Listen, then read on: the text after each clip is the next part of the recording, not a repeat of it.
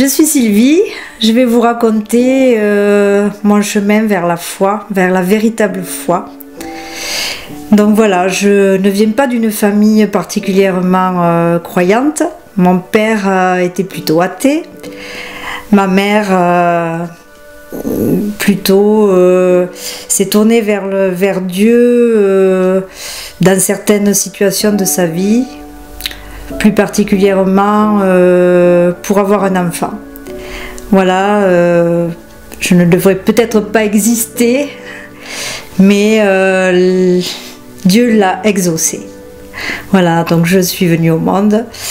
Et quelques années plus tard, donc ma maman, donc plus particulièrement, a souhaité que je reçoive un enseignement catholique. Donc j'ai fait mes 2 communions, communion privée, communion solennelle et confirmation. Je n'allais pas à l'église avec beaucoup d'enthousiasme, mais voilà, j'aimais Jésus, j'aimais sa vie, j'aimais sa vie exemplaire, ce qu'il représentait. Voilà, je voulais être une personne bien, je voulais être une bonne personne. Voilà, donc voilà, vers l'adolescence, un peu plus tard, j'avais très envie d'aller à Jérusalem, ville où a vécu Jésus, suivre ses traces.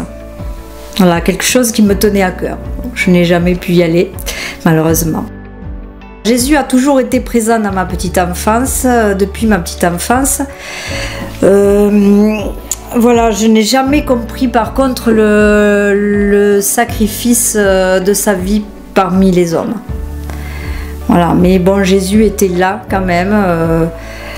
Voilà, et j'ai prié aussi un peu plus tard pour avoir des enfants. Je disais toujours avant que je ne meure.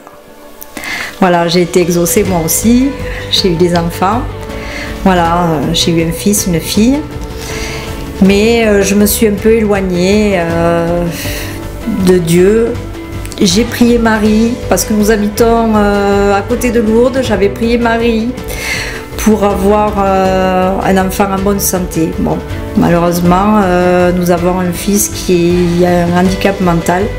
Et donc les épreuves dans notre vie ont été nombreuses. Voilà, beaucoup de difficultés tout au long de ces années. Donc j'avais lu les évangiles voilà, au cours de cette période de ma vie, mais sans que ça ait pour cela un impact vraiment complet, quoi. Donc je me suis alors tournée un peu vers l'ésotérisme, bon, les tarots, tout, en recherche de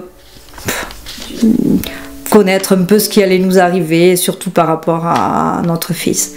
Voilà. Mais bon, sans aucune réponse précise, puisque bon, voilà, c'était un peu quelque chose. Je cherchais, voilà, j'étais en recherche. Et puis j'ai perdu mon père quand j'étais justement dans cette période de recherche. La mort de mon père m'a beaucoup attristée parce qu'il est parti sans Dieu. Et là j'étais vraiment affligée, j'ai eu beaucoup de mal à me remettre et bon, j'ai encore beaucoup de regrets par rapport à ces moments où il est parti seul, bien qu'il soit entouré de sa famille, mais sans Dieu, sans la présence de Dieu. Et j'ai demandé pardon à Dieu pour lui, tellement ces moments ont été vraiment pénibles. Partir comme ça, sans la présence de Dieu pour lui, voilà, ça m'était assez vraiment impossible, quoi. Je n'arrivais pas à penser qu'on pouvait partir comme ça. Il y a un peu plus de 2 ans, ma fille s'est convertie et cela m'a donné envie d'approfondir et de lire les évangiles, de lire la Bible particulièrement, que je n'avais jamais lu en entier. Et bon, je n'ai pas réellement compris tout, voilà, mais je l'ai lu pendant plusieurs semaines. Et puis j'ai eu une intervention du dos à l'automne, donc maintenant ça va faire 2 ans. Et là, après avoir lu la Bible, j'étais quand même revenue assez proche quand même, je me suis rapprochée, disons, de Jésus, beaucoup. Et lors de mon hospitalisation, qui était quand même très loin de mon domicile, donc j'étais seule, sans ma famille, et là, j'ai beaucoup prié. J'ai prié, bon, pour moi, parce que je souffrais beaucoup, mais aussi pour ma voisine, que je sentais vraiment en souffrance, et là j'ai connu vraiment des moments où je ne me sentais plus seule, je me sentais vraiment portée, voilà. Donc à mon retour, je souffrais beaucoup, j'étais dans un lit médicalisé, et un soir, je priais toujours, je continuais à lire la Bible, là je relisais bien la Bible, j'étais repartie depuis le début.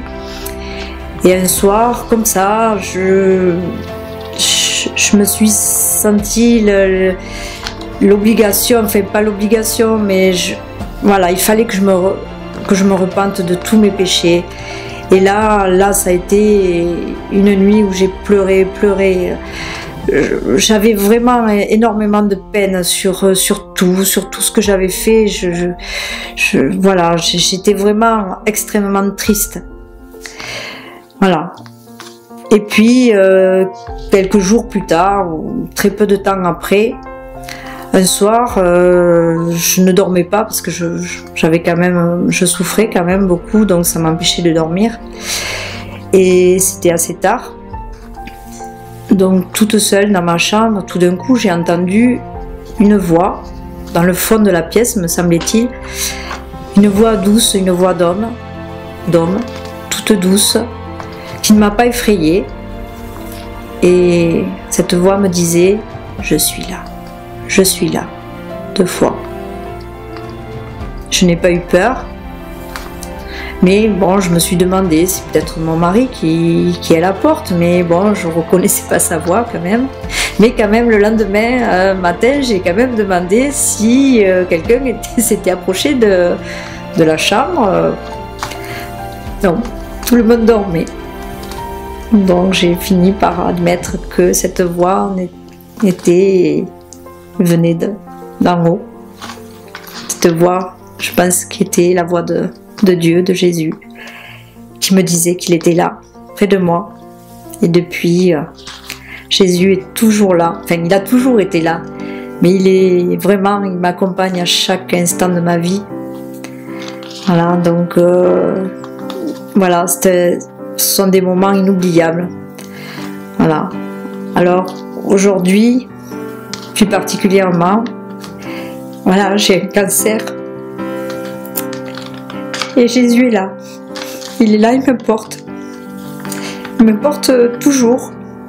Et grâce à lui, j'ai de la force. J'arrive à traverser ces moments, cette épreuve, avec beaucoup plus de sérénité que je n'aurais jamais eu. Vraiment, parce que moi, j'étais quand même plutôt de nature dépressive. Et là, je sais que je ne suis pas seule. Je prie, il est là, il est toujours là. Comme il m'a dit un soir, il y a 2 ans. Je n'ai jamais ressenti d'injustice par rapport à cette maladie. Bien au contraire, elle me permet d'être beaucoup plus compatissante envers les personnes qui souffrent, pas spécialement de ce type de maladie, mais de toute souffrance. Voilà, donc je me rapproche vraiment beaucoup plus du Seigneur que je ne l'étais jusqu'à présent. Je voudrais tout particulièrement encourager mes frères et sœurs qui traversent des épreuves, quelles qu'elles soient, car ce n'est pas une malédiction, mais c'est quelque chose qui nous forme, qui nous encourage à se rapprocher du Seigneur. Je trouve personnellement de l'encouragement et de la force dans la parole, et je voudrais partager avec vous un verset qui me tient à cœur et qui, dans mon cas, me soutient et m'aide beaucoup. Voilà, c'est dans le psaume 118, verset 17. « Je ne mourrai pas, je vivrai et je raconterai les œuvres de l'Éternel. Quelle que soit l'issue de cette maladie, j'accepte la volonté de Dieu, car elle a du prix aux yeux de l'Éternel, la mort de ceux qu'il aime. » J'ai reçu mon baptême au mois d'août avec beaucoup de bonheur et je remercie vraiment le Seigneur de m'avoir appelé avant de mourir au moins. Voilà, j'encourage vraiment tous mes frères et sœurs à se tourner vers Dieu et à être encouragés dans leur foi, car vraiment la vie est vraiment différente et voilà, donc c'est un bonheur absolu. Soyez tous bénis dans l'amour du Seigneur.